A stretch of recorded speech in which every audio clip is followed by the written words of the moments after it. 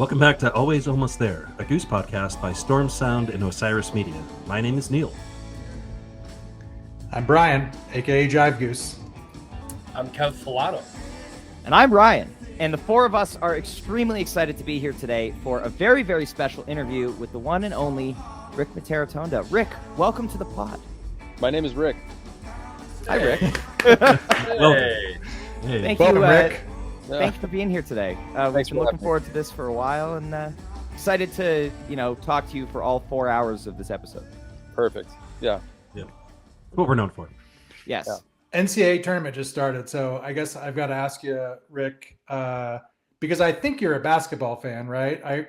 I heard that you were quite the baller yourself. Do you fill out brackets for the tournament? Following UConn? What's your views? I'm not involved there at all. I enjoy playing basketball, but I wish I could tell you I know what's going on, but I don't. Okay. That's okay. I didn't fill out a bracket either. But yeah, I've already lost some money, so we're good. But okay, so how about the Jam of the Year bracket? Is that something that you follow, or? Very loosely. I'm aware, but I don't have boots on the ground. Okay, fair enough. So we crowned the Jam of the Year recently, it was the Philly Tumble. I don't know if you heard that. So yeah, just wanted to get your thoughts on that jam, or if you had a Jam of the Year that was not Philly Tumble. I haven't listened to the Philly Tumble. So I've gathered people have talked about that one quite a bit. I still haven't gone back to check it out. There are a lot of great moments from last year, a lot of nights that felt really special. For lots of different reasons. It's tough. It's tough being on this end of that stuff sometimes, because it's just like our perspective is just as subjective as anyone else's, and it's filtered through our what we ate for breakfast and how many hours of sleep we got and everything else that's going on in our lives. So I noticed that from night to night. The same 12 notes sound a lot cooler when I'm in a good mood than when they when we're struggling with something or whatever. So it's crazy. It's a trip. And, playing so many shows, I honestly have a tough time registering, keeping accounts of all of it. So I'd have to put a little more, maybe I should have done a little more homework here. Peter's generally probably more, he's got a much more of a catalog of all this stuff in his noggin. I'm kind of just shooting from the hip out here. So, wish I could offer some more insight of the nitty gritty, in terms of the Philly Tumble. I remember that was a really fun show. I remember I had a great time that night. I remember the In Your Eyes that night kind of got into some cool spaces. That was a good time. Mm-hmm. That jam is a sore subject for Jive. That beat his beloved Cap Rosewood. Oh, really? In the first round, yeah. I was a big Cap Rosewood guy. What can I say? Man, I'm already feeling like next time I should probably have some prerequisite listening, some course reading before coming on here again. Rick, just can I ask a follow-up question, loosely associated with that? Do you have more of a register? Because you talked a little bit about you remember the energy in the room. Is that something that registers more for you than a particular version of a song that you played? Definitely. Definitely the energy in the room, but again, that's kind of filtered through my own prism, my own energy that night. So it's a combination. It's like a co-creative thing of my energy that night in conjunction and interaction with the energy in the room that night, and energy amongst the band, all these things. It's such a soup of of factors and circumstances, which is ultimately, I guess, what makes it interesting. If we knew the formula to like pierce the veil every time, we'd probably do it a lot more often. Amazing. Well, speaking of piercing the veil, that's a good term. I want to talk a little bit about kind of the leap forward in improv that has happened, at least from our perspective, since like late fall, and really, kind of came to fruition over winter tour. But was there a change or a moment for you that it kind of felt like at the end of 2024 that things were moving ahead in terms of jams? Are you maybe alluding to the because like the stage plot shift was definitely a significant change for technical reasons. Our mix it was largely, there were like multiple elements to that decision. We wrote a little thing and kind of outlined some of it. Some of it was like visibility, sight lines, and kind of just the energy of feeling like more of an organism, and like we're in a rehearsal space or something like that. But there are some very significant technical advantages to that move as well. Mostly just in terms of like microphone, like directional microphone stuff, and how it cleaned up our mixes. And at the end of the day, when our mixes sound good, we are definitely going to play better, even if like we're not flowing as well as some other nights. When we hear well and things sound good, you respond. We respond to that with improvisation and all types of things. It's pretty universal. So that is like a far and away the most significant thing, factor out in a lot of ways. And we heard about that stuff from Peter as well, the monitor mix thing. So it's cool to hear your perspective on that too. But another major thing, again, at least from our perspective as fans who are, we are hyper analyzing every note that comes off the stage. We felt that since especially Goose Miss, there's been a lot of these like shorter jams kind of in the 13 to 16 minute range that are covering so much more ground than a jam, of that length would have a year ago or 2 years ago.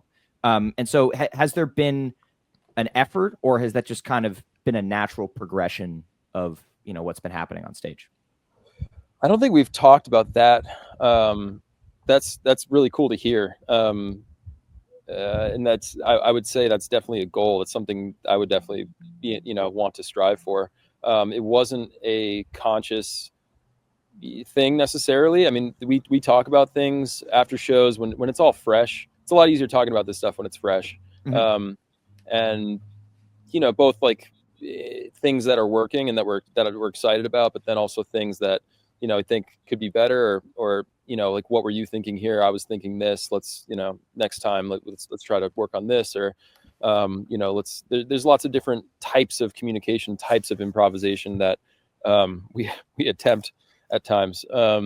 So yeah, there's definitely conversations that happen, but that in particular actually wasn't something that I recall us talking about. But I agree with you that is I don't know. I also think that's a cool sign, and something to strive for is getting to the point, not rushing, but moving through ideas in a more musical and efficient way.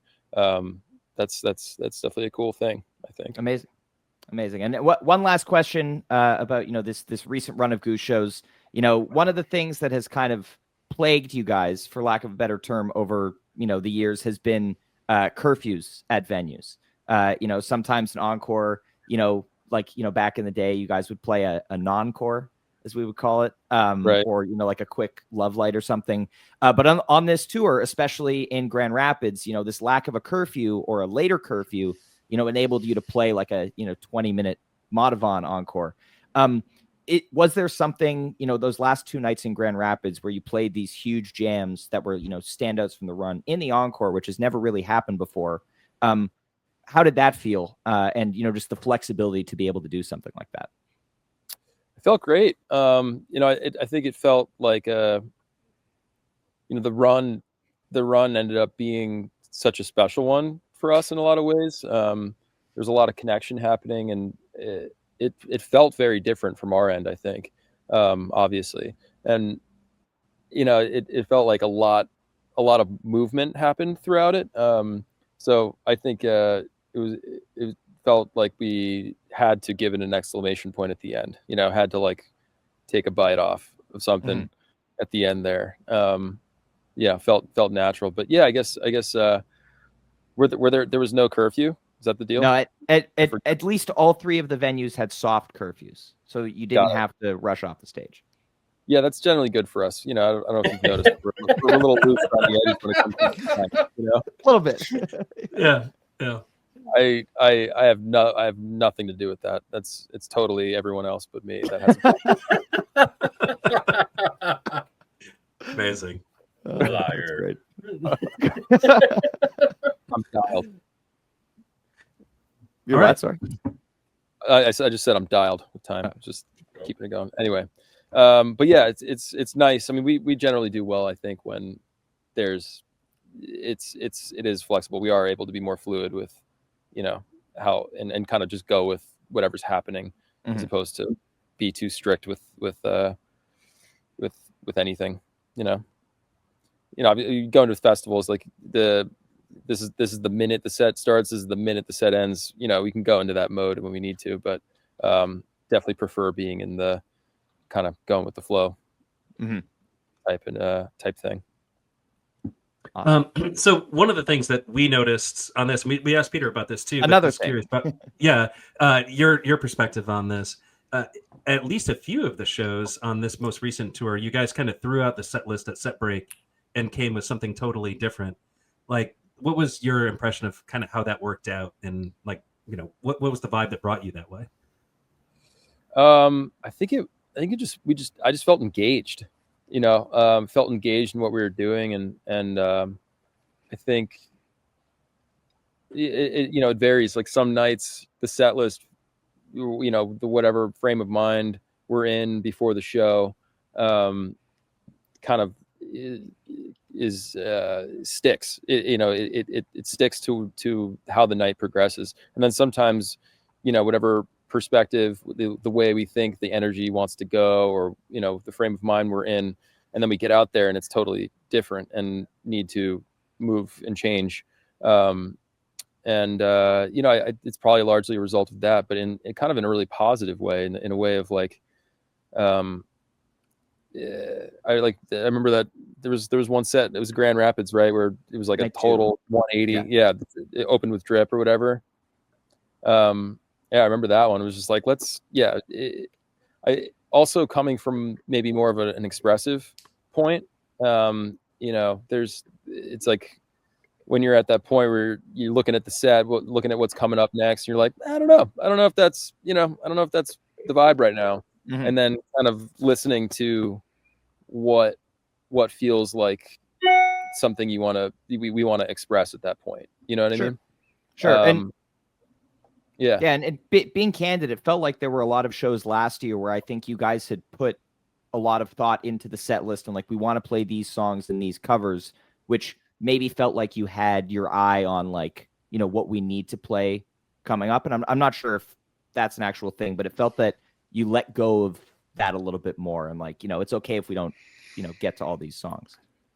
What's funny is, like, ironically, this last run, I was thinking about set lists ahead of time a lot more than I usually do, in an effort to try different things, and try to switch it up. I think coming off of Goose, like, it was so refreshing, not being at the helm of that, despite what the conspiracy theorists may say.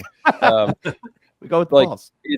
I had like obviously we did the bingo tour years ago, but doing it in front of a big crowd for the first time in an arena or whatever, it was a really interesting experience for me, because like all of the it kind of highlighted to me how much bandwidth is constantly being allocated to kind of the whole arc of the show, and whatever story is being told, and where things are going from where, all that stuff, and being not in control of that in any way, from our perspective, was a really liberating thing. It was really, really fun, and I think it allowed me to like just breathe more and be more present, maybe. Really enjoyed that. And it also just kind of went to show, it opened up the door to thinking outside of a lot of the, you know, like we talk about boxes a lot, and boxes, you usually don't seek out to build a box. Like boxes just happen. And, you know, part of the work as an artist in any form, if it's your game to break out of your own boxes, then, you know, you don't build the box, just happens. And when you break out of a box, it's this like awesome moment. And it's a very, you know, liberating and rewarding moment. And then whatever the thing that came out of that broken box, you know, with eventually becomes a box. It becomes a thing, and you have to do it again. And it's like, you know, bands like Radiohead are, you know, that's what makes them so special, is that they just continuously broke out of these boxes with their records and stuff, which is, you know, it's something cool to admire and aspire to, in my opinion. Are you conscious of those boxes as they arise around the band, as they arise around your playing, your arrangements, and things like that? That's sort of the work, is being aware of those things. And I think a lot of times those boxes form without our awareness. So they kind of just, they happen, you know, and then it's whatever circumstances, whatever it takes to eventually get to the place. If you're looking for, if you're hungry to have that awareness, then you're like, oh yeah, we do that a lot. And that's getting stale, you know. We do it because it works, but also, you know, if our game here is to try new things and try to keep it moving forward, then we, you know, have to do the work of recognizing that, you know, despite we know that works, despite the fact that we know something works, we have to try something that we don't know if it works or not. And that's the fun of it. That's the game. It's hard. It's harder. You know, most bands, you know, most artists do things, you know, you go around, you do tour, and it's the same show, and you know it works, and that's the show. And that's the cool thing about this type of these types of bands, this type of music, is the point is, you know, the goal is not that, you know. But yeah, so back to what I was getting at before. I coming off the Goose thing, I was kind of fired up about that. Just the way those set lists unfolded, and it was like, wow, never thought we could do that. Like that's so cool, and I just never would have done that. And that's the beauty of doing the bingo thing. So coming into this tour, I ended up, I think, putting a lot more thought into things ahead of time. And in some, this is what we've noticed for a long time. I think what originally, like years ago, kind of brought us to this point of thinking less ahead of time about these things, is because it changes. You know, it's like the more thought you put, the more you know, the more time you spend thinking about how something's going to go, then you get there, and the more different it's going to be in terms of how you feel and what feels natural in the moment, if that makes any sense. Sometimes it works, but a lot of times it's like you just get in your head about it, and then, you know, you kind of get lost in the weeds. So that, like, there's this fine balance. But I think on this last tour, I don't know if I hope this is making sense what I'm saying. Yeah. But, We're following you. On this last tour, it was like kind of reached this on the other side of it, where like a lot of thought, it was putting a lot of thought, and more than usual thought, into the set list thing, and not waiting till the last minute to write it, because, you know, that had been the thing for a long time, and found that thing was happening a lot, where, you know, we'd get there and want to change it all because it didn't, whatever was written didn't feel natural in the moment, didn't feel like the move. However, it like kind of deepened the process in the process. So like the process was more process. Yeah, I mean, that makes perfect sense. Like in thinking about the set list in advance, it gave you more avenues to change the set list, because you had already had these things on your mind and you've gone through those steps. Exactly. I mean, that perfectly adds up to me. Okay. Yeah. Cool. Yeah. There was a lot more abandoning of ideas, but there was a lot more ideas in general as a result. So I think that was, that was a takeaway. From the fan perspective, on the other side, like, I think it worked out just right. I mean, that I think was for us, we overanalyze everything, right? That's what we do. Well, we do the Jam of the Year bracket. We did 64 jams. We talk about it with fans, and that is the kind of the name of the game of what we do over here. So we overanalyze everything. So when things are different, we get really excited. And I think there were a bunch of different approaches, a bunch of different things that you guys did. You know, like an almost 20-minute version of Dawn, second song of first set. Like that's the kind of stuff that gets like people who are diehard fans like super excited. And I think that's what was really exciting about this last tour. We, as like folks who overanalyze everything, are super stoked. And I think folks who are kind of just like scratching the surface with the band also super stoked because it was just, you know, inspiring performance. Sorry, Jack, what did you have to ask? Well, you know, I was also gonna, you know, compliment, you know, the set list construction of this most recent run, because yeah, I really did think it was, you know, incredible. And it was inventive and fresh. The question that I have that's related to this, you know, as your repertoire has grown so much over the last couple of years, so many incredible new songs, do you feel pressure to keep older songs or certain songs in the rotation? Is it easy for you to say, you know, we're just not going to play this one for a while, we're just leaving it off set list? Do you feel like you have to play some songs that maybe you otherwise wouldn't? And is that maybe one of the things that's kind of changing now with this new approach? I don't necessarily feel pressure to play certain songs. I think in the spirit of things, you know, staying fresh and you know, being, you know, like we're obviously very, very close to it. You guys are very, very close to it and paying attention to all of it. So, you know, keeping ourselves entertained and keeping it fresh for us. I think a lot of those songs that maybe otherwise would get left in the dust to some extent, it's fun finding a place for them. You know, it's fun having those different moments. It's totally situational. I'm sure there's some where it's kind of like, I don't know, you know, like maybe we'll find our way back to it and like feel like playing that again. But, you know, I think in general that becomes a fun thing of like, what can we dig out of the rafters and throw and find a interesting place that feels authentic for us right now for this whole song or whatever it may be, you know? Mm-hmm. Well, it's not a song, but I know that Jive does have one that he would like you to dig out of the rafters. Oh yeah. What are we talking about here? The ending of Mist. The ending of Mist. Oh yeah, we're doing the Mist thing right now. Yeah, the old ending. Yeah. So I'm on record as I guess maybe you'd say a fierce critic of not playing the Mist ending. We talked to Peter about this too. I think it's such a powerful ending to that song, and I love that song. And so yeah, I mean, you know, it's not a huge deal. We joke about it, but I am a little bit bummed when we don't get that ending. Copy that. I'm a big believer in both. Like I love both, or you know, the figurative, the philosophical both.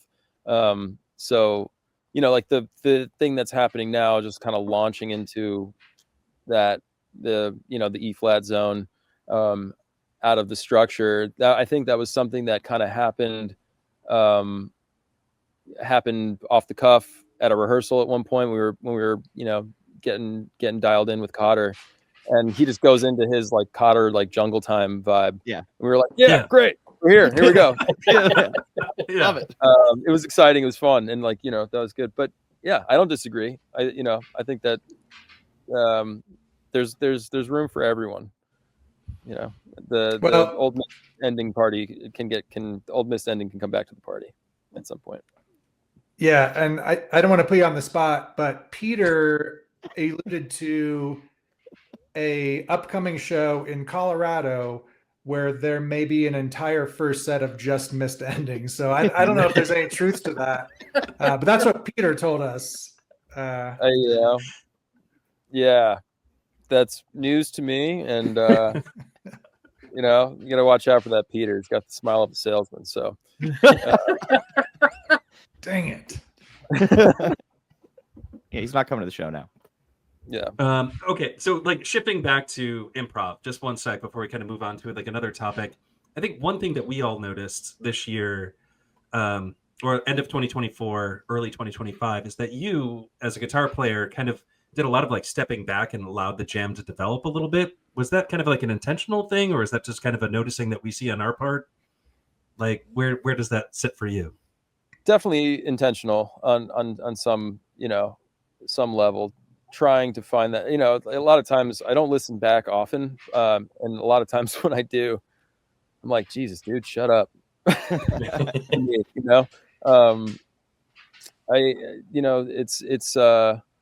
sometimes the search, there's different ways to search and communicate. And definitely an intention and definitely a goal to find those things. I don't want to dump out too much there, but I would say yeah, that's a goal of mine. Yeah, it's just like I said, like a noticing that we had, like, on especially this last run of 8 shows, where it seems like reverse loops. I mean, the reverse tape delay thing really, I mean, gets you going. There are a few jams where, I mean, can listen to that all day long. Like, it's some exceptional stuff. But okay, so moving on from kind of talking about improv a little bit, just kind of want to talk about things that you've been working on over the past couple of months, even outside of Goose. So you've had numerous opportunities to do stuff within kind of the Grateful Dead space. It feels like you've been kind of invited into numerous different projects that are all very tightly wound with, the Grateful Dead thing. So can you kind of talk about that experience at all? And like, I guess like secondary question about like, what your experiences are. Like, does it mess with your mind a little bit to go from doing the Goose thing all the time, just like crushing Grateful Dead songs through like a long stretch? Yeah, there's a lot there. I think, there has been a lot recently, and I think that's largely circumstantial. Like the Kennedy thing and the Music Cares thing, those are things that happened once. And, I was very humbled to get a call from Don was for both of those. They were wild experiences. It was definitely wild to be a part of, and to just kind of be there and observe all these really interesting and exuberant people. So those were super cool. It's all been great. It's I think like my favorite part about those things is continuing to learn more about the catalog and to frame more of the catalog. And it's like, I've known that I've obviously listened to that music for a long time, but I haven't gone, it's so deep. There's so much there. I feel like every time I do one of those gigs, a song gets called that I haven't heard or I'm not familiar with and have to learn. And I just, I continue to get more and more, I guess, inspired by and perplexed by their writing. Largely Jerry, but everyone, they all have just like have written a lot of really strange and interesting stuff. And it's a very different thing learning how to, learning to play those songs and learning the chord changes and the melodies. And because you listen to it, and it's like, oh yeah, it sounds like the Grateful Dead. And even personally, I don't realize how weird a lot of those things are until I have to learn them. And it's like, oh, there's a bar of 2 and then a bar of 3. And then like, where the hell did this chord come from? It's like a lot of the choices they're making are just like, whoa, like, where are you guys up to? It's crazy. And there's so much of it. So that's probably my favorite part about doing those things, is just continuing to learn and kind of get that inside look into the mind space of what that band was. But aside from that, it's been really cool just hanging with all these other people and getting to play with them. And this past weekend was awesome. The vibe was really, really warm, like very loving. And Graham did a really awesome job leading the whole thing and bringing everyone together and organizing and kind of finding everyone's spot. It's hard to do. That's a hard thing to do, is to, when you get these big groups of musicians and talent together, and organizing it in a way that everyone feels good about is a challenging thing, and Graham's great at it. He does a really good job with it, and I think I don't know, my 2 cents, I think he did an awesome job honoring his dad. Yeah, I mean, to our ears, hard agree. I mean, I think there are a couple songs, especially we love the performance of, like Cold Rain and Snow, I think, absolutely destroyed at that show. So kind of following up on that. So, I mean, you've played with a lot of incredible artists over the past couple of months. Sturgill Simpson, like a whole bunch of times, Derek Trucks. But at the Unbroken Chain Phil tribute thing, you got to play with John Scofield, who you've kind of talked about as a huge influence on you. I certainly hear it in your music. So to our knowledge, this is your first time sharing a stage with him.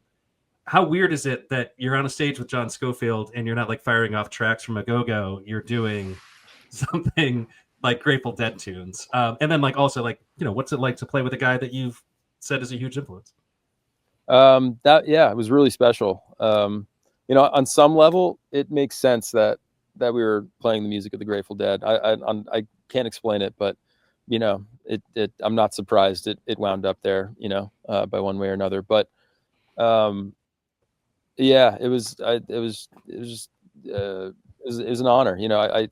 That guy and his playing, his music occupy a very significant place in my my musical journey in my heart and stuff.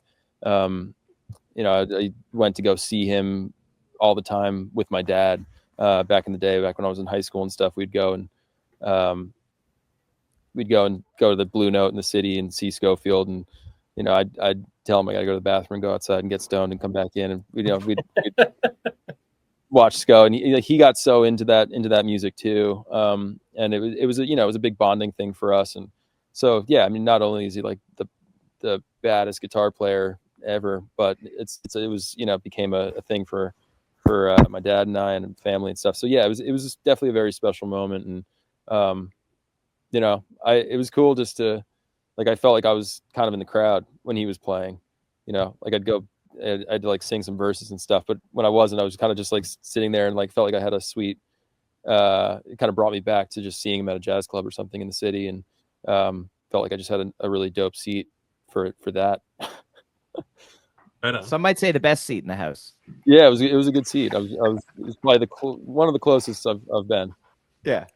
Yeah. So like he's a Connecticut guy. Was there a connection there before? I mean, like, he's even a Wilton guy, right? He's from your hometown. Is that true? He went to Wilton High and went to Berkeley. So did I. I've like met him a few times, but never, I didn't really have a relationship with him or anything like that, and it didn't really register. It's funny, actually. At the show, we didn't really talk at the show at all. I was just like, "Hey, how you doing? Yeah, cool. I think you're really cool." And then afterwards, he sent me an email. He's like, "Oh, sorry, I didn't say hi. It was, I realized afterwards that you're, the guy from that I was hearing about and the Goose thing and all that, and cheers." It was, but we don't have a relationship like that, and but I think he's one of the best. It's wild.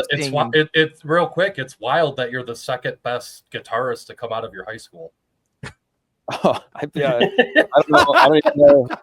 I don't know if I'm the second best. There's probably some others in there that had me beat, I'm sure. No, I was just gonna say, was it weird to get like a notification on your phone, like you have an email from John Scofield? Was that like a? Yeah, it was a really sweet note. I very much I appreciated it. Yeah, it was cool. That's awesome. Do those experiences become like less surreal over time, or every time you share the stage with some hero or some other legend, are you able to take that in stride now, or is it still just like, I gotta pinch myself? Yeah, I don't think it certainly never gets old, or you never lose that feeling. I think it's you do get more used to it, maybe, or used to being in that state of like, for me, it's largely like getting over the like I don't belong here thing or something like that. The imposter thing. It's like, just getting past that to just show up and be yourself. That's the thing I try to focus on the most, and just be present and not doubt yourself, that kind of thing. Mm-hmm. Yeah. Well, it's been super cool to see you participate, especially for me in all the Grateful Dead stuff. That must have been such an honor to be part of, the Kennedy stuff and the Music Care stuff that you alluded to earlier. Did you have any really great, like, non-musician celebrity meetings? I shook De Niro's hand at the White House. Nice. It was like, yeah, that was pretty cool. That sentence sounds really cool. I shook Robert De Niro's hand at the White House. Yeah, that's yeah. That was better than. Go ahead. Yeah, that was probably a highlight. No, I love, like, I'm really fascinated by the film industry. So they're getting to hang out with some of those people is really fascinating to me, and I enjoy. Sometimes I get more starstruck when I see a actor or an actress. I'm like, oh my god, that's girl from that show I saw. Holy shit, Yeah, and for some reason, I don't know, maybe it's because the musician thing, I'm more in it. It's closer to me, and the film thing, I'm just a huge fan of, like, films and series and things like that, and the acting thing is fascinating to me. So I remember we were, like, at that Ohana festival a while ago, and like, I didn't really meet him, but, like, cross paths with whoa, I just had a massive I just went extremely blank. Just met a bunch of famous musicians there, and it was kind of like, great, wow, cool, awesome. And then I saw the girl who played Jessica Jones in that, like, Marvel show walk by. I was like, oh my god. Yeah, like that one stood out to me more than, like, meeting all these incredible famous musicians. Mm-hmm. But it's all cool. They're just interesting people. Yeah. Speaking of film and TV, curious to know, we're 3 months into 2025. What's your favorite movie and favorite TV show you've watched so far this year? So far this year, or like things that came out this year, or just that you've watched it recently? I recently watched Poor Things, the movie, and it, like, is one of the best movies I've seen in a very long time. It's incredible. I didn't even know, I hadn't heard of it. I didn't know it came out. But I think you guys are nerds, right? If you're like movie nerds, we have a 64 jam bracket. And there's also you're drawing your own conclusions. There's also a 64 track consolation list. Yeah, exactly. That it's like that. Like, watch that movie and then, like, watch a 20-minute YouTube video about breaking down all the symbolism and references and things like that, and it's incredible. It's really, really incredible. Mm-hmm. So yeah, that was the most recent movie that I saw. I was just like, whoa, this is wild piece of art. Amazing. Yeah. Amazing. What about you? Severance. That's the. I started that recently. Does it just keep getting better? Yes. Yeah, okay, your cool. mind just gets more and more fucking twisted as you watch the whole entire thing until eventually you question reality, and that's where I'm at right now. So. You have the benefit of this is a Severance podcast now, by the way. You have the benefit of being able to watch it all at once. Some of us had to wait 3 years in between seasons, and, like, got it. The season 2 has been very stressful. But anyway, digress. That's an incredible show. I mean, it is. I just started it. I'm kind of like, I'm interested to see where it goes. Mm-hmm. Yeah. Also, I just watched all of the first 2 seasons of Shrinking. Also on Apple TV. Show. Yeah, I really enjoyed that as well. It made me cry almost every episode. But I'm a softie, but I think it is a pretty emotional show. So it's good to be a softie. So.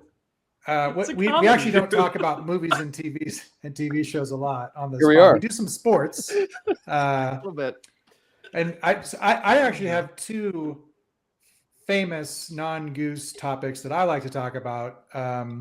One is pickleball, and the other is His Golden Messenger. So those are my big two non-Goose topics. But speaking of, today we're going to not talk about pickleball, but we are going to talk a little bit about His Golden Messenger, because I loved the podcast that you did with MC, and where you guys just kind of talked about, stuff that you listen to, process, and it was super fun for me to listen to that, because I'm such a huge admirer of you both. And I loved the California King, California Magic comparison that he called out. I thought that was super cool. You asked him about songwriting, and I thought he had a lot of really cool, he gave a lot of really cool insights into kind of his processes or whatever. I don't think you got an opportunity on that pod, at least, to talk about songwriting. The thing that I would want to ask is, do you have any kind of collaborative process with Matt in terms of how you guys make music together? Like any kind of roadmap or anything like that? Or special ceremonies, or, places you like to gather, anything. I suppose there's a few ceremonies in there. We usually go out for burgers after a day of kicking ideas around, and that's kind of like the evening burger mission is definitely part of process. It's good to keep moving. It's something we learned over the years. If you just sitting in a room, like we gotta get out and ambulate. So we'll walk, like walking in the woods is a kind of a critical part of the process for us. But in general, there's there's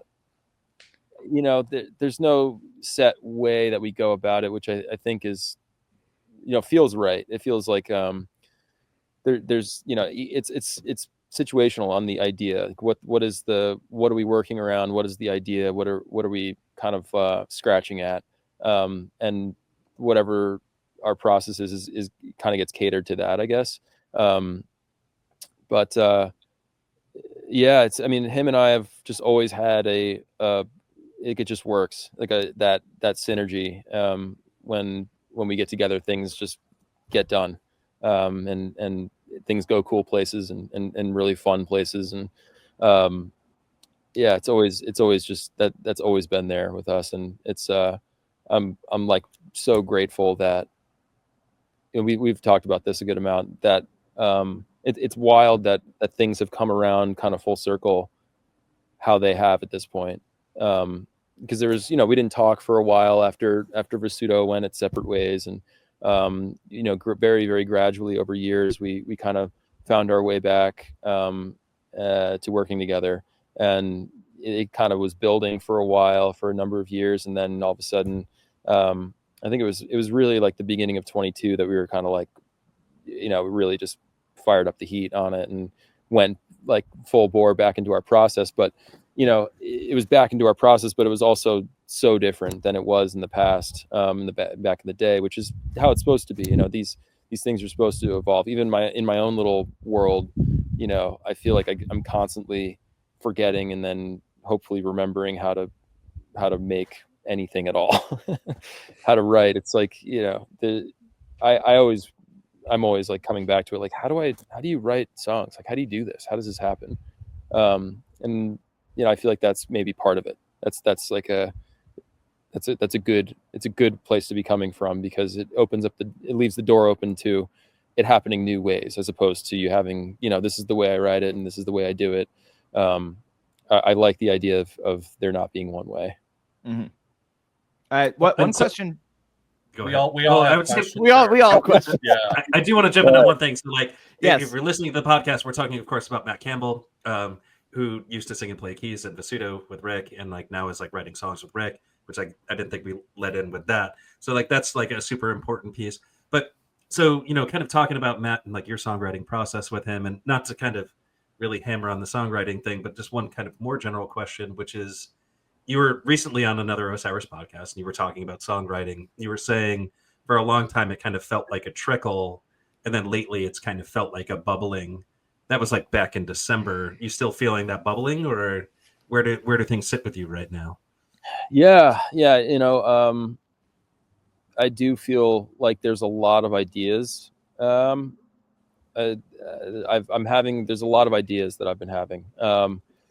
And I've been wrestling with it because, you know, it's hard saying no to things. And, if all of these ideas are ever going to come to life, like I need to say, it's seeming like I need to say no to things more, you know? Mm-hmm. And it's hard. It's like, you know, there's a lot of these things we were talking about before, like they're an honor, you know, it's an honor to be asked to do them. And, it's hard to bring yourself to say no to anything like that, anything of that nature.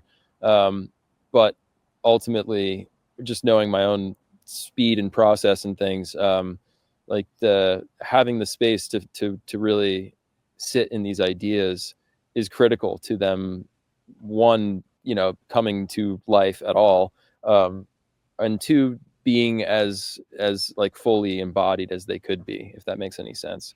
You know, I always think about the George R.R. Martin thing, with like the Game of Thrones. You know, he was writing these books and had a huge impact with them, and people were really, you know, really resonating with them, and the show went out and it just exploded. And then, you know, the show and the demand moved a lot faster than he did, you know, and it, at the point at which that takes a toll, you know, and like the story, takes a hit because of the fast-paced demands of today's lifestyle, Mm-hmm. you know.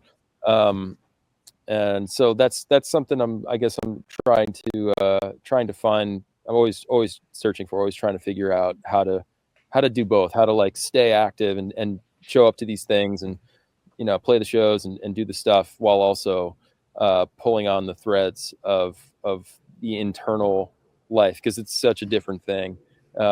It's such a different space. And, you know, also trying to find ways in which they can commingle more, you know, ways in which it's not so much one or the other, but in general, the traveling and all the people and all the energy and all the stuff is in my experience, generally antithetical to like the very quiet place that, the most impactful ideas that I've come across come from. Mm-hmm. Amazing.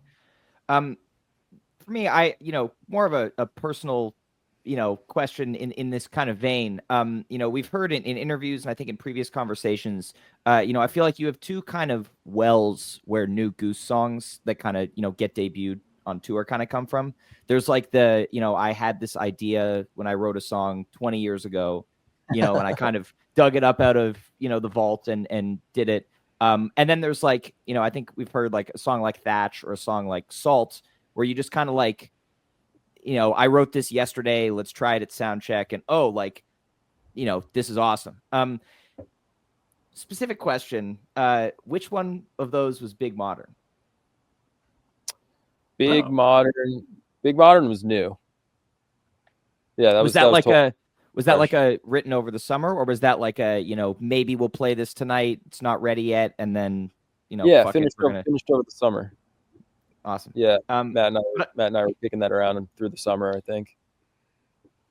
Where did the inspiration for Terracotta Rooftop come from? Whose roof? There's kind of a vein emerging from a lot of this stuff. Big Modern is kind of like Big Modern's kind of like the cousin Eddie of Everything Must Go. That's fucking incredible, dude. Figured you guys would keep going. Yeah, we're big Modern guys. So, I mean, we've got all kinds of Big Modern things. I mean, we've got questions about specific lyrics. I'm sure we can't dig into all of them. But I do have one question. Face? Yeah. What is Face? Is it Face? Face, yeah. Okay. Yeah, okay. Great. Okay. Yeah. Good. Needed to clear that up. Yeah, it's been a lot of talk about that amongst friends, and we really need Who sings it? Who says it? Well, I think everyone's supposed to. I don't know if you catch anyone not saying it, then feel free to write them a strongly worded letter. We'll talk about it on the pod. We'll look for it this summer. We'll do a face report. Yeah. Make sure. Feels like Cotter is the most equipped to really lean into the really metal aspect of that. I don't know why, but it's just like that's the vibe that I get. Yeah, I could agree with that. Yeah. Amazing. Thank you for indulging the big modern question. Like, appreciate it. We can do like a 45-minute box. Much big appreciated. thing. Well, like, I think last thing in the kind of songwriting and arrangements thing, there have been a lot of songs that have changed from you guys. You go into the studio, especially with D. James Goodwin, and the songs change, whether it's something like Arrow or Hot Tea, where those kind of change for the album and then not really in a permanent way live. But, you also get something like Born or, the 8 or 9 different versions of Indian River that have existed, over the band's history. Drive, for example. But more specifically in the Born or Indian River or, Atlas Dogs kind of vein, where those things have kind of come, it seems, at least from our perspective, it kind of happens organically on tour, not as a result of studio time. So specifically those, do you mind just taking us through, how that kind of thing comes about? The Born Indian River alternate version type thing. Yeah. So like Born specifically, you debuted it in winter 2022. It had that like very beautiful synth build thing. And then you played around, you had the, kind of, I guess, where it is now, with like the, more mellow piano solo into guitar solo and then jam, no jam, etc. Gotcha. Yeah, I think it's similar to what we were talking about before with Setlist. It's kind of the same mentality, same philosophy of chasing. In that respect, it's like when things feel stale or things aren't exciting to us, then it's well, what else could it be? What else could we do with it? And also, like we were talking about before, big fan of options, of the both mentality of like, well, tonight let's do this thing, and then next time we play it, let's do the other thing. And that in practice doesn't always, sometimes it doesn't always get as active as, but like having those options open is appealing, and going back to whatever that version of like the door's open on all of it in my mind of like, oh yeah, that was cool, let's do that again, or let's try something new here. I'm we're bored of what that's doing, let's try something else. That it's a fun mentality to operate, and from the living in this music and playing it over and over again, and just getting to explore. Amazing. Thank you. So when I hear the doors open on everything, all I could picture was the Dumb and Dumber clip where he's like, "So you're saying there's a chance?" as I think about bringing the Drive, bridge back. The Drive bridge, yeah. So he's saying there's a chance, guys. Yeah. What else you got? I feel like we're priming up a set here where it's like it's the Giant Goose Festivus set into like the old ending of Drive back into the ending of Mist, and then like what else we got? All I need second jam. Yeah, let's go ahead and sketch out the Fiddler's run while we're on today. Oh, that's good. It's good. No, I mean, because the Drive, the OG Drive jam out of that bridge is a very different space than you guys hit out of, you kind of have two options now. It's like, the jam out of the guitar solo, or the, you end it and go into like the, the faster funk thing.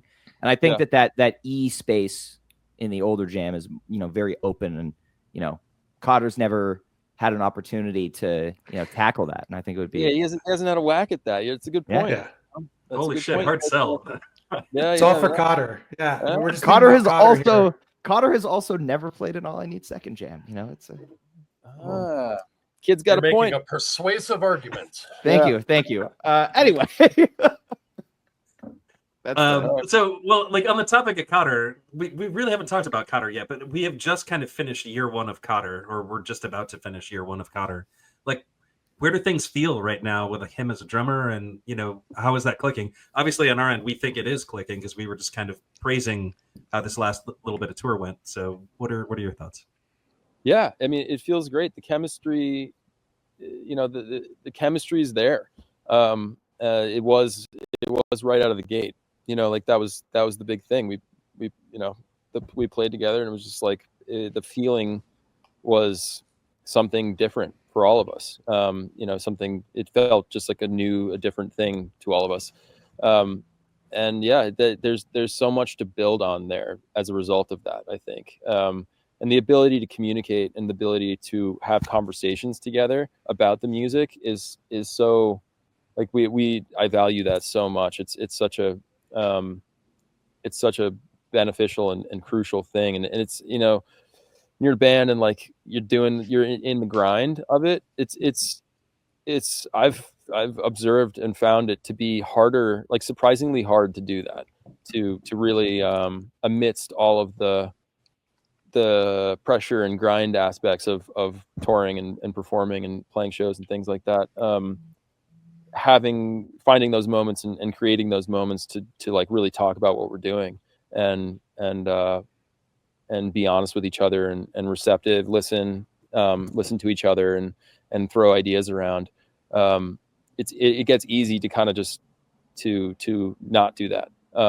But having the door open to doing that and you know, on this last run, like the four of us were doing a good amount, and I'm just really grateful when those conversations happen, because it feels like, even if it's not a tangible thing, and it's often not, it's not like a, you know, let's go do this playing exercise, or let's, like, you know, really do this specific thing at this specific time. Just talking about things broadly about, oh yeah, like let's do more of this. Like, this is a great thing, and that was so cool when you did this. That, like, let's try that in this context.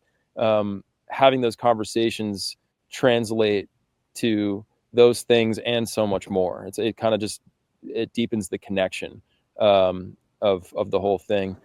So yeah, I mean, that, like, I'm very grateful and to have that type of chemistry and synergy going on within the band at this point.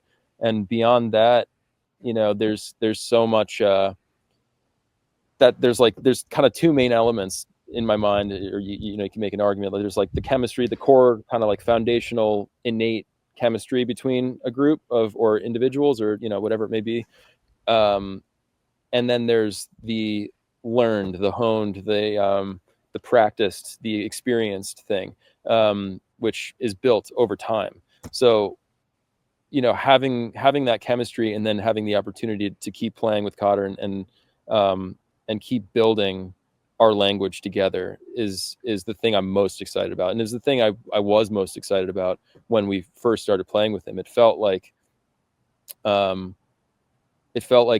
was a, like, kind of a limitless runway, so to speak. Like, you know, we really, there's so many different things we could explore with him because of the foundational, like the way he processes music, the way he plays the place from which he plays music, and just his mindset, his approach, his, you know, foundational approach to music. It feels like when the chemistry is there, we really can evolve in so many different ways. And that, to me, is the most exciting thing, is like the door being open to new possibilities. And, you know, with the existing catalog and stuff like that, I think the more time that goes by and the more these things become second nature to him, the more, like, it's a slow process. It's going to take time. It's been a year. I think I see years of that really, really evolving and deepening, and his creativity to come out more and more as time goes on, the more comfortable he gets with the material, and just his life change. I mean, his life's changed a lot.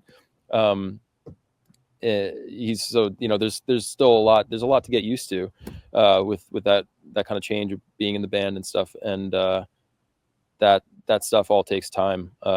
But, you know, I think he's doing an awesome job, and I have a really great time playing with him, and you know, the chemistry beneath in the band just feels great. Awesome. So, like, kind of just a quick follow up to that. So, like, when Peter joined the band, like, at least like folks that I talked to who were around back then, I don't think any of us were around when Peter joined the band. No. And listening intently, like, did it feel like the same way? Like, folks that I talked to who were around back then said, like, everything changed the moment Peter joined the band. Does it, like, feel like there was kind of a significant shift, like when Peter joined, and similarly when Cotter joined the band? Yeah, definitely similarities, differences. I mean, we were in such a different place then, so it really it feels like a lifetime ago. It's hard to really compare those two. Um, but yeah, I mean, just in the broad sense of like things clicking and when the right chemistry is there and everyone understands the goal and has the same goal and has like the same thing we're all going for, it kind of brings ideas to life, if that makes any sense. It makes things feel real, which is that's the goal. That's what we go for, is just things feeling alive and things feeling real and authentic. So yeah, I think it's similar just in that broad sense. But aside from that, it's crazy thinking back to that time and how different we were everything was. Yeah. Well, the synergy and the compatibility of y'all is definitely coming through on this other end here. So to hear you say that there's still a whole bunch of upside to still explore, that's incredibly encouraging. Cool. Yeah. I mean, I definitely see that. I see I see a long road of that personally, and that's what keeps me excited. And so we spent a whole, what are we at now? Like an hour. We've talked about what came before right now. Maybe we should pivot a little bit. Look what's coming up in the future. Let's do it. Yeah. So we have this awesome festival that's coming up called Viva El Gonzo, which, if my Spanish is correct, means long live the Gonzo. So this is Goose's 3-night festival, May 8th, 9th, and 10th in San Jose del Cabo, Mexico. And so we just have a couple questions that we would love for you to discuss a little bit. How did the idea come about to begin? I think we were kicking around doing sort of a destination event for a little bit, and what it could look like. I think Ben, one of our managers, Ben, went out there. I forget how we originally, he went out there for another event or something like that, and the name of this hotel, El Gonzo, and then it being next to this really cool grounds. The estuary and the abutting grounds of that's kind of carved out for event space. It's the whole theme of the hotel and all of the things that are already built there. He went down there and he came back and he was like, "Dude, this is so cool. We got to do something here." And so I kind of just worked on it for a little bit, and we were potentially it was potentially going to happen last year, but I think we made the right call and taking a little more time to come up with a game plan.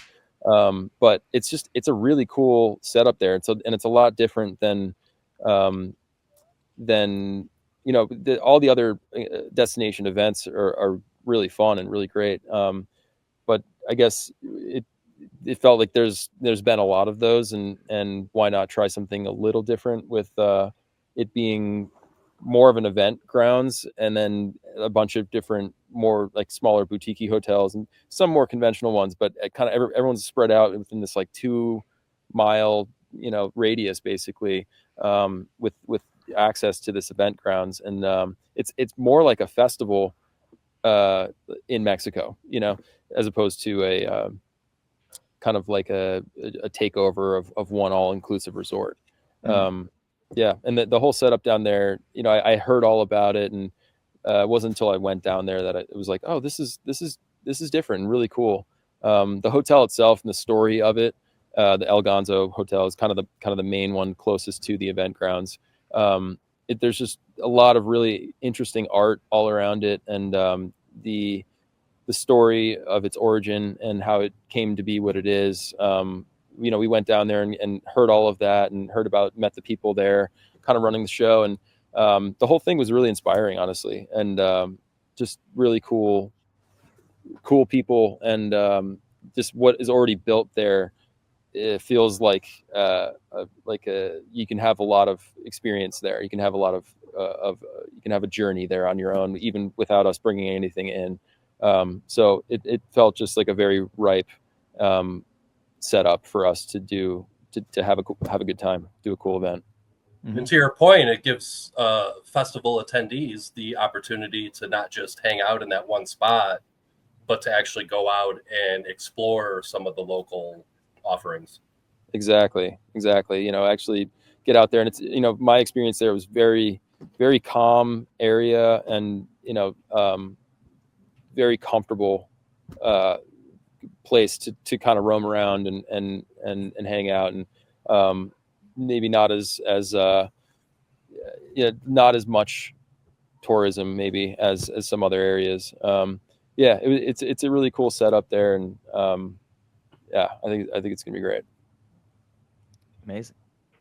Amazing. Well, I mean, we just actually today got the schedule for Viva El Gonzo, which was fantastic timing. Really excited to see kind of how it's mapped out.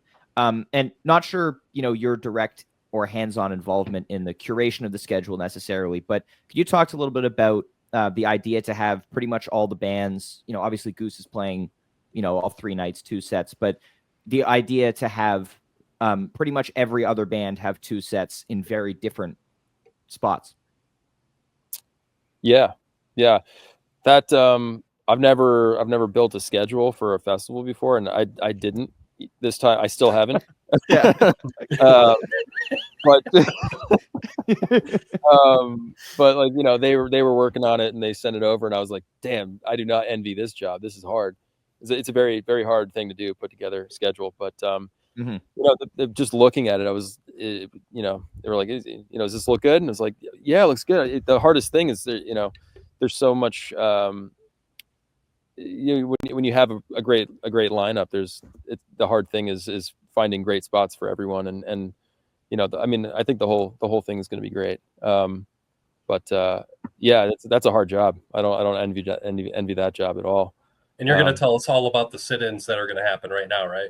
Yeah. They've all been mapped out. There's a Google Doc confirmed Google Doc on all the sit-ins that are going to happen at this point. Amazing. Yeah. They definitely won't be planned day up. Like that's not how things like this work. No, yeah. That's usually how it works. They're all contracted out. It's all taken care of. Right. Of course. Well, Neil and I will both be there, and we're very excited for it. Great. It's going to be a lot of fun. Yeah. All right.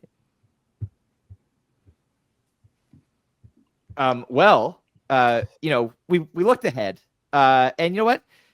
Before we go back again, because we have a couple questions of going back, but let's look ahead a little more. There's an album coming out, and a pretty significant summer tour, on the horizon, ending kind of with the big Madison Square Garden headlining debut. Could you just share your thoughts right now? It's March. The album is 6 weeks away. What are your thoughts on that? And, how are you viewing this summer tour? What are my thoughts on the album? Yeah. Coming out and the tour?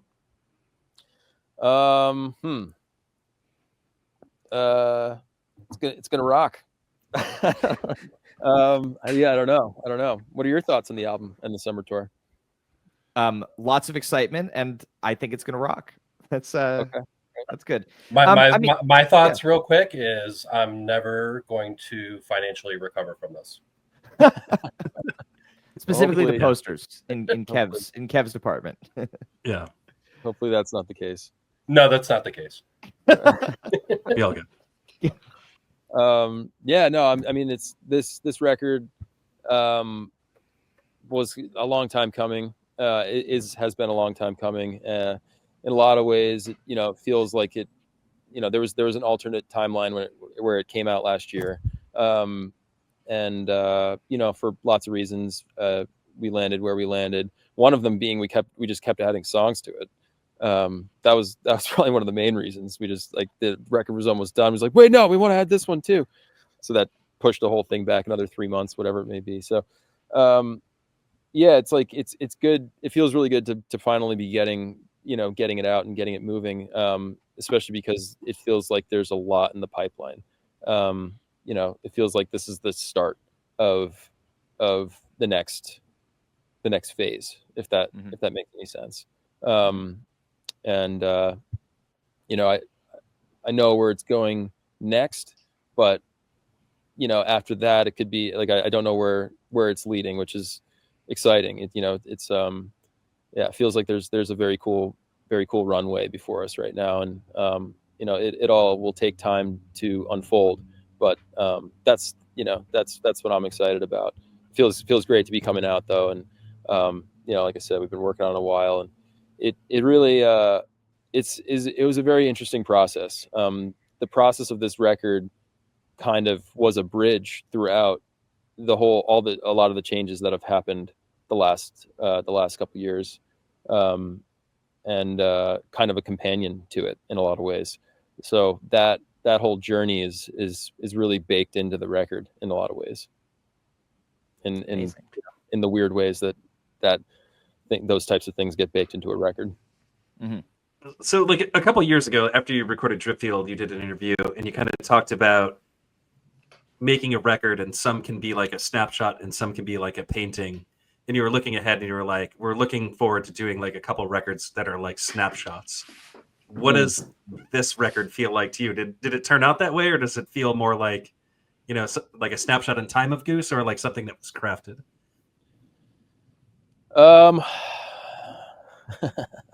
It's a good question. That's a good question.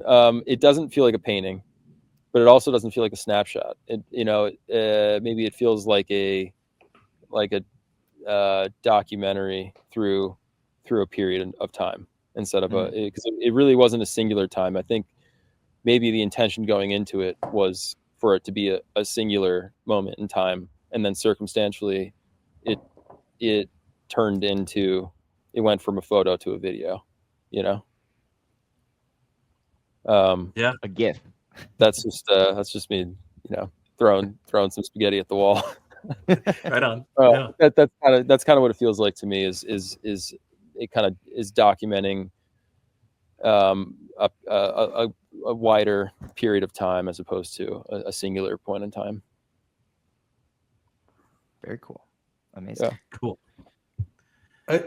This might be like, you know, asking a parent to, you know, tell you who their favorite child is, but are you able to pick one song from the new album and deem it just in this moment your favorite, the one you're most excited about? I think I mean, I could talk about a few. I think ultimately Please do. The title track is probably the one I'm most excited about. I'm gonna go inside. It's starting to rain a little bit. I'm just gonna poke in here. That of all of them felt like the moment that we found the direction on it. Your direction? Was no, its direction. I had it to. was that was I know it was good. It was very good.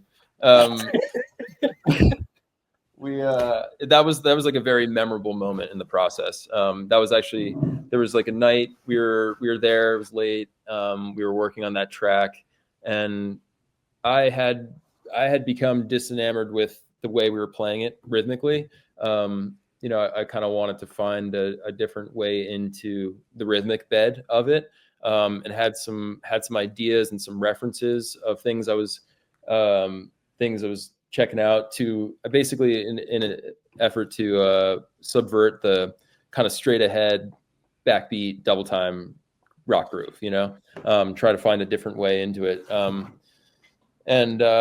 We were kind of kicking some ideas around, and Dan started chopping up drums in this weird way, and like right out of the gate, it just kind of like did something to me emotionally and felt just really interesting and really different and compelling. And that was kind of I had like a little bit of a moment of just like, that was kind of the moment. It was like, oh, this, we should call the record this song name.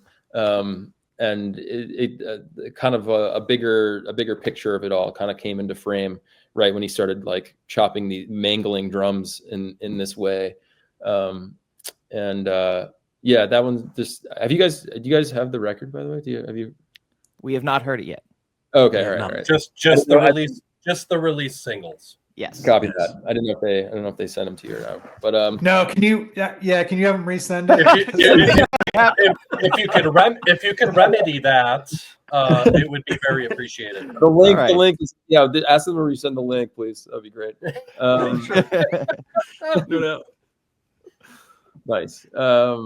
Yeah, that one's probably the one that I keep coming back to as the one I'm most excited about, and I guess I'll also say like that. The door that one opened from a sonic explorational. I don't know. Sure. Explorative. Great. Thanks. Standpoint like that has kind of opened up another door to me, and like kind of what we were talking about before, like some of the ideas I'm kicking around. It feels like a thread in that direction. Which is something that's exciting at this point. So that one probably stands out as the one I'm most excited for on the record. But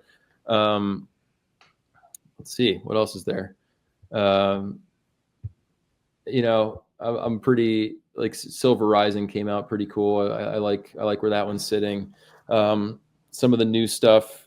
It's weird, like this. You spend a lot of time working on these things, and it's like the lag. You guys, it's new. These recordings are new, but they're not new to us. They're old to me at this point. Which is cool. It's a cool part of the process, I guess. But yeah, I don't know. What are you guys most excited? Well, I would say like once D James gets done with like recording you guys in the studio, all of those songs become fresh again.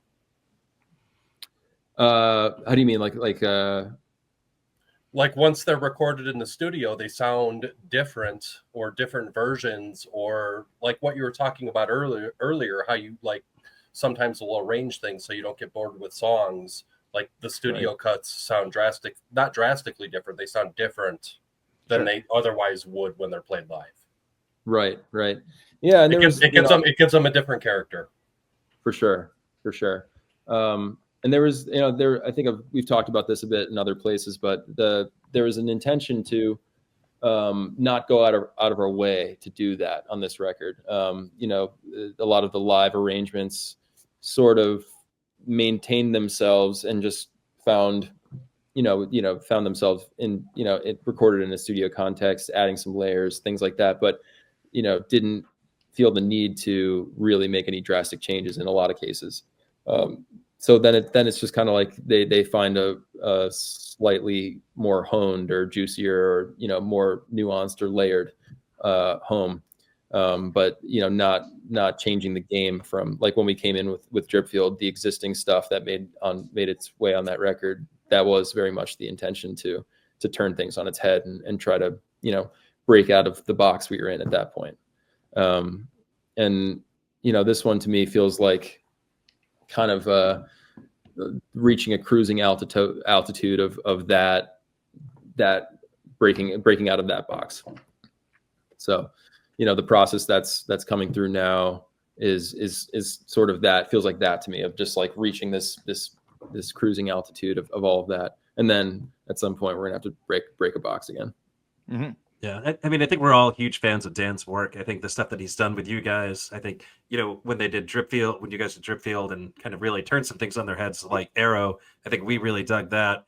Really excited to kind of hear what the next phase is. But like, we also like his other work, Kev especially, and Ryan and I like love Selkie with Quartet and like other stuff that he does. So J-Rad, that is the coolest shit, man. So yeah, just like love the stuff that he does and love the stuff that he does with you guys. It really works out. Yeah. We love working with him. Yeah, that's awesome. That's awesome. Become a dear friend at this point. It's fantastic. That's fantastic. Yeah. Well, one final thing that we kind of want to hit on. I think there have been a lot of burning questions, around the community, and especially with us over the past, I think now 2.5 years. You've kind of been on this guitar tone quest. Like since Taboo's tour, when you made that initial amp switch. And then kind of where you've landed now, which I think is an absolutely incredible tone. And I know, you know, in our previous conversations and you know, the rig tour that we did a few years ago, I like, you know, you're not the biggest like in the weeds gearhead in the world, but can you take us through a little bit, kind of big picture at least, you know, the different amps that you kind of experimented with and the landing on where you are now? Gotcha. Yeah. I think the you know, the phase we've been in is basically trying to establish a baseline, which I feel like we've done. And, you know, it's the deluxe, like we rack mounted a couple deluxes basically and ran them into speakers on either side of the big rack, and upgraded some of the rack gear to, you know, conditioning power really well and, you know, things like that. And it feels like it's found like a good, you know, solid point, a good foundational point. And, you know, I'm starting to think about exploring, you know, the Tone Quest. I think the point of the Tone Quest is for it not to end. Mm-hmm. Right. And, you know, like you said, I'm not naturally in the weeds gear guy, but, I don't see us stopping tinkering around with stuff, you know. I think, yeah, I wouldn't mind trying some other amps. There's a couple things I've been thinking about in terms of that to just try out. I just got a new drive pedal that I really dig. Sauce? It's sauce for sure. It's got some sauce. Yeah, it's got some. We've got sauce questions. Yeah, it's European sauce. So I don't know when that. Yeah, I guess whenever the next show is. But I've been using that in the studio the past few weeks, and it feels pretty hot. I love it. Yeah. Well, speaking of sauce, you know, we kind of in the community we nicknamed one of your pedals the digital sauce last year, which is the res synth thing on the HX1. I don't know, like that was just like such a signature sound of at least last summer. You know, just curious how you kind of found that effect. Yeah. So they made that like purple box. I forgot what it was called. You know, the classic Line 6 stuff. They had like the big green guy, which was all the delay stuff, and then they had all the big purple guy, which is all the crazy filter stuff. And like they kind of created some of their own sounds with that, and a lot of it's based off of like Mutron and different things like that. But I had one of those back in the day, and I loved it.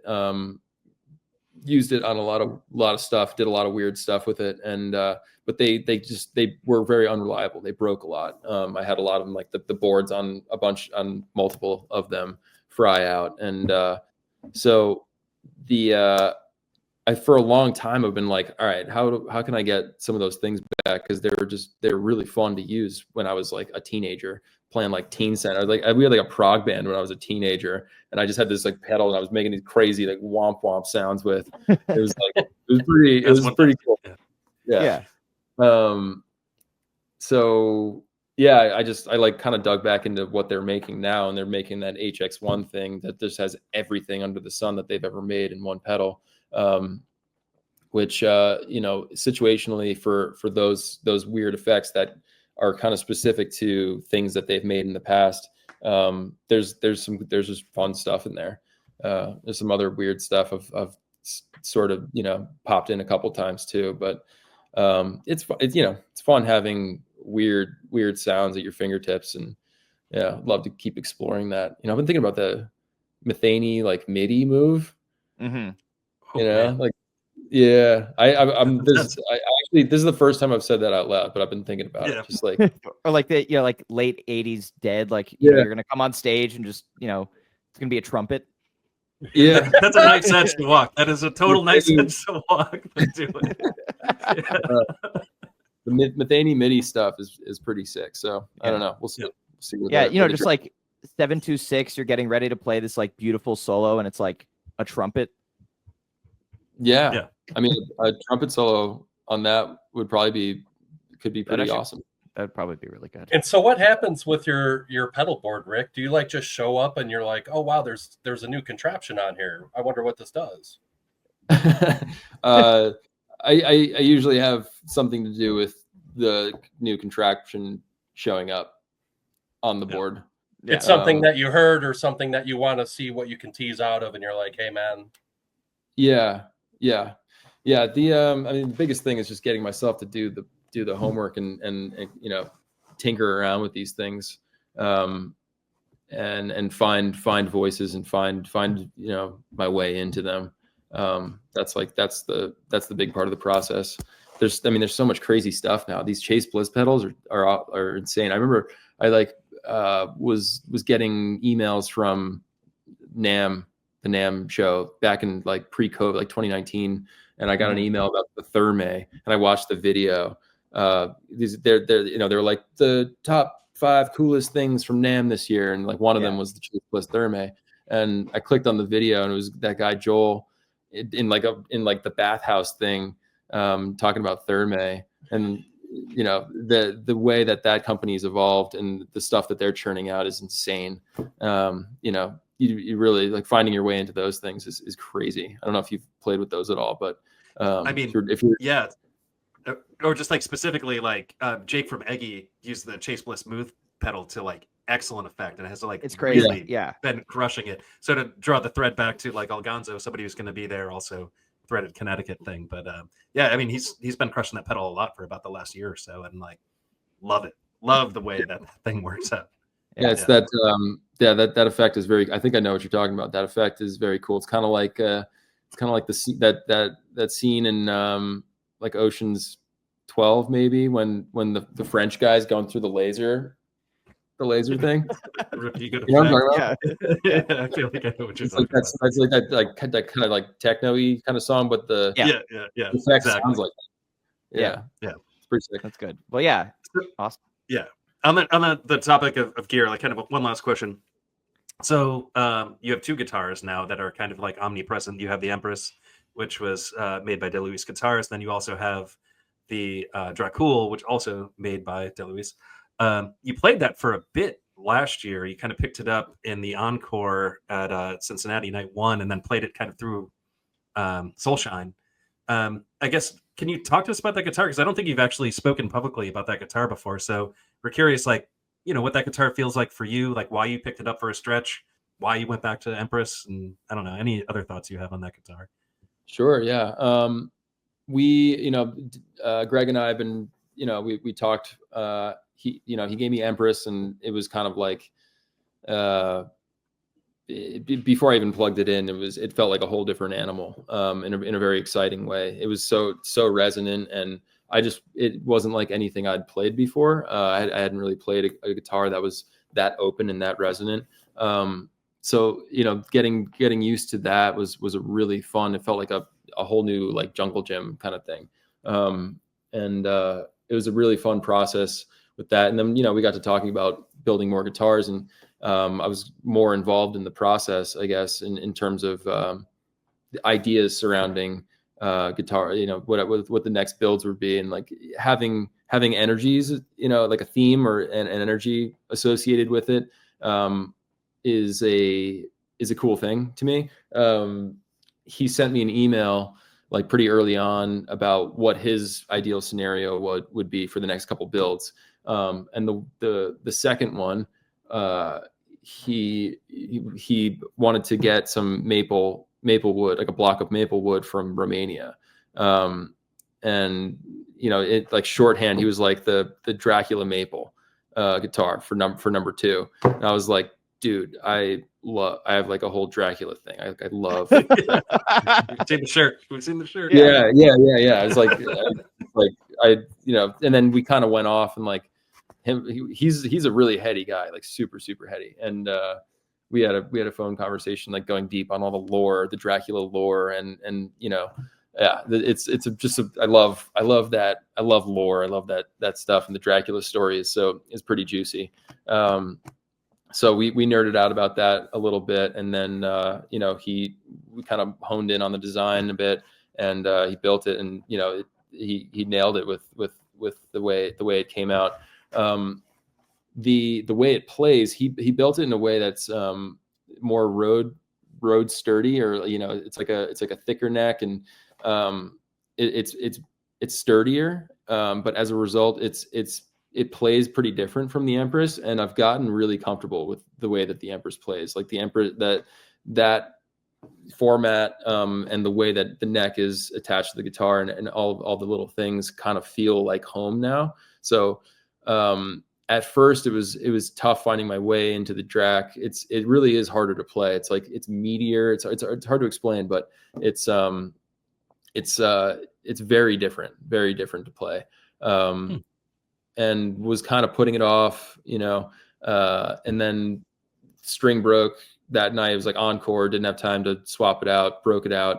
And I was like, oh, all right. Yeah. This, I kind of found my way into that night and had a really good time playing it, and, finding new ways into certain things with it, over the following weeks, however long that stretch was, I was playing it. But then at some point came back to Empress, and it's, it's hard to, the Empress just feels like butter at this point. So, I think we'll keep working together, and it's cool to have them all. But I owe him a call. Actually, we need to get cracking on the next one.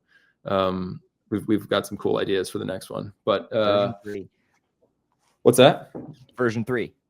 Version 3. Yeah. Yeah. But yeah, it's a funny thing, sometimes it's hard to shake what you know and what feels good, and what know your way around on, Mm-hmm. Yeah. Empress well, amazing. Yeah. V3 needs to be werewolf wood. Is that a thing? Oh, I don't know if they werewolf wood. But yeah, the V3 idea is pretty cool. I'm excited about that one. Well, we're just keeping with the t-shirt theme. Like, you can get wood harvested from Oswego State. And then just real quick, if I could, you mentioned, like, when we started all this guitar talk, that you were playing in the studio. Are you able to talk any more about what's happening in the studio right now? We're doing stuff. Right on. Yeah, we're working on stuff, and hopefully it'll be out as soon as possible. But yeah, like I said, pipeline's full. Pipeline's got some, there's plenty of stuff coming, and yeah, I'm excited about the kind of what's on the runway right now. Amazing. Well, Rick, we could not thank you enough for joining us today and giving us your time. So it's been such a pleasure to get to talk to you about all this nerdy shit that we've been wanting to ask you for years. So thank you so much for being here. Thank you guys, and honestly, thank you guys for everything you do. It's really really special to us to have you guys kind of like shepherding this degree of attention to detail to what we're doing, and we really appreciate it and value what you guys are up to. Thank you so much. Thank you. Absolutely, our pleasure. A lot. Yeah. Well, everybody, thank you so much for listening to this episode. Of course, Summer Tour is coming up very fast, as we said, and day after shows will be happening after every single show. So look forward to that. If you're watching this, this is actually our first time releasing a full video podcast. So hello, everybody.